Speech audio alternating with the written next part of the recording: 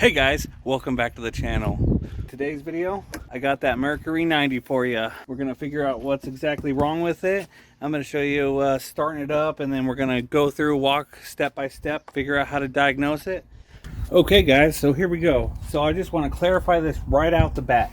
Anytime you're working on a boat motor and you don't have access to near water, you're gonna want to use a pair of these rabbit ear things that goes over these fins down here. Because without water getting in here, this engine will blow up and it will be no good. So I'll put a link to these on Amazon in the description down below. So it's pretty simple. All you gotta do is just slide them up on, make sure they clearly go over these fins here. Make sure on both sides, because you know, even if it doesn't start, we still, just in case it does start, I don't want to run it any second dry. So that's just a disclaimer right out the way. Then all I gotta do is take your garden hose, and this should be a standard fit. Don't quote me on that, because I don't know, like, if the UK or different countries who watch my videos, if they what size their garden hoses are. So this will be, it could be universal, it could not be, I have no idea guys. So if you guys do know if you guys have regular garden hoses in different countries, let me know down in the comments below. So now all we gotta do is turn on the water. So I'm gonna do that real quick. You'll see it start to flood out. And that's what you want to see right there. So I'm only doing it for a second. I'm gonna go ahead and take the top off.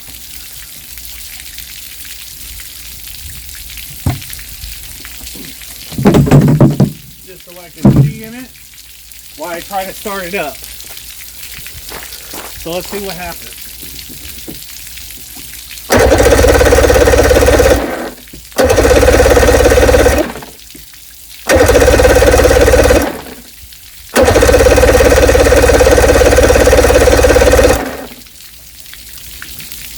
And it's not firing one bit.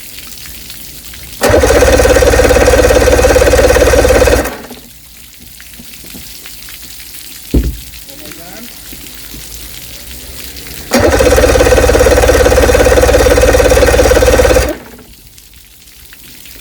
Okay, so I'm going to go ahead and turn off the water now, and we're going to look right into this. So we had an absolute no fire. It seemed like the starter was working, spinning that. It looks like we're gonna have a singular carburetor, no, double carburetor, no, triple carburetor, 3 spark plugs, which I think I brought the spark plugs I need today. So without further ado, I think first thing we'll start with is looking at the spark plugs. And it looks like it's going to be pretty easy to remember. So the top one is obviously the top one, bottom one is obviously the bottom one, and our middle one's middle one, bottom one's bottom one. So if you wanted to, you could remove all 3 at the same time.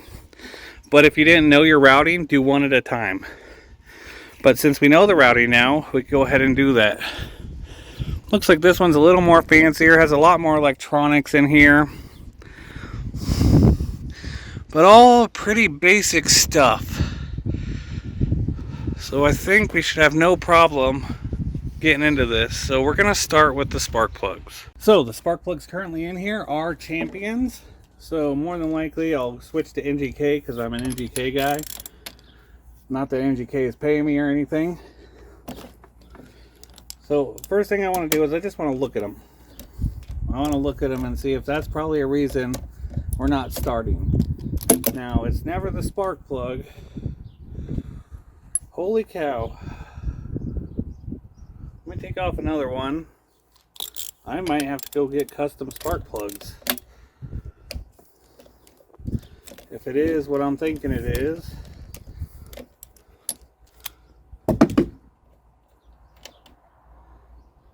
Yeah, look at that. It's a different kind of spark plug for you guys. I normally don't work on too many boat motors, so that could be a pretty common thing, but the first time I've seen them like that, with no,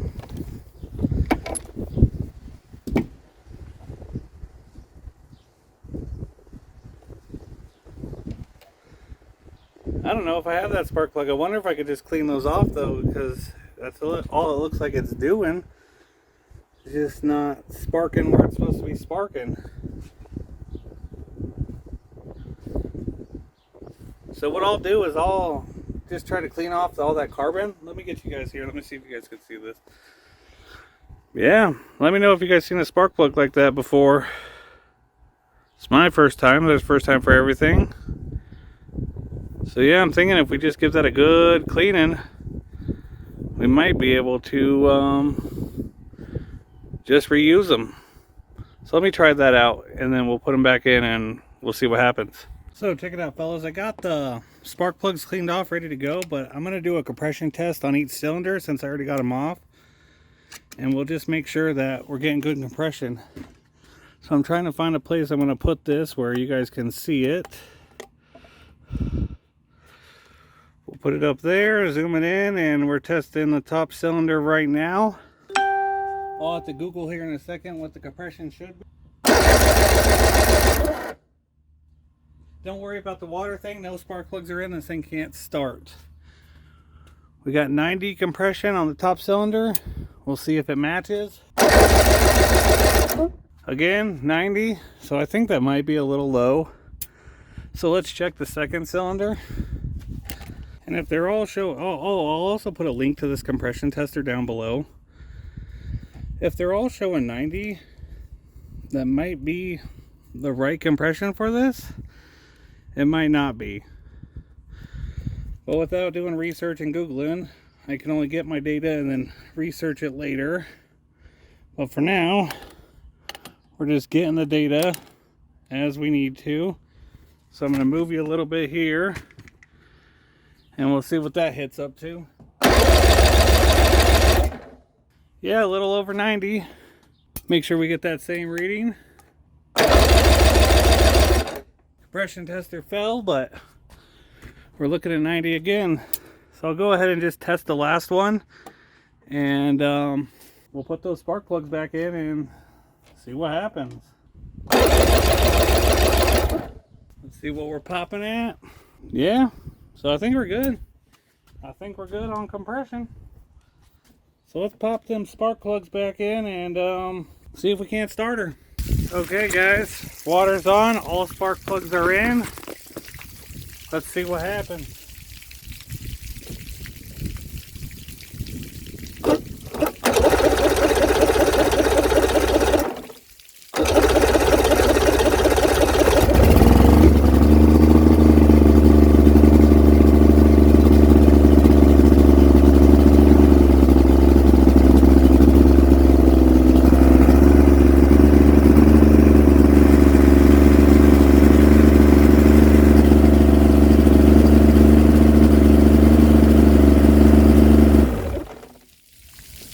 Okay guys, so far so good.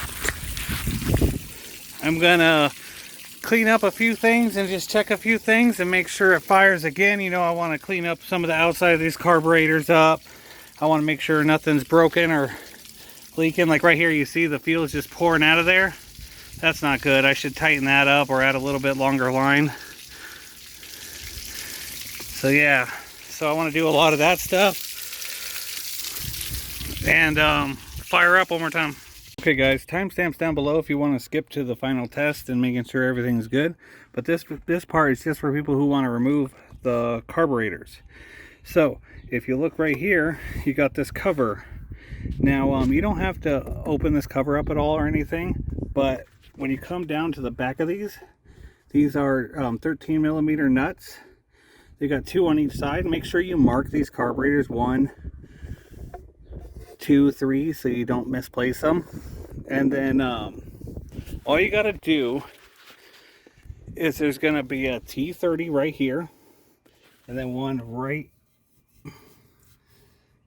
here. So 2, 2, 2, 2, 2, 2. So 6 total comes off the cover.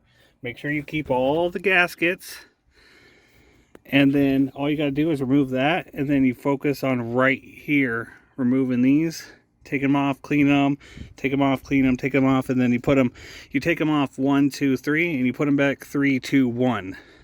Then put on the rest, and you should be good to go. So now on to the final test but I just wanted to show people who are repairing right now a boat, how they could remove their carburetors. Sometimes these bolts go all the way through, but not on this case.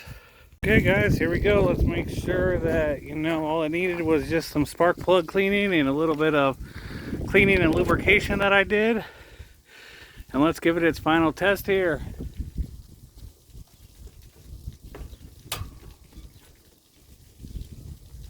Yee doggy boys, let's go.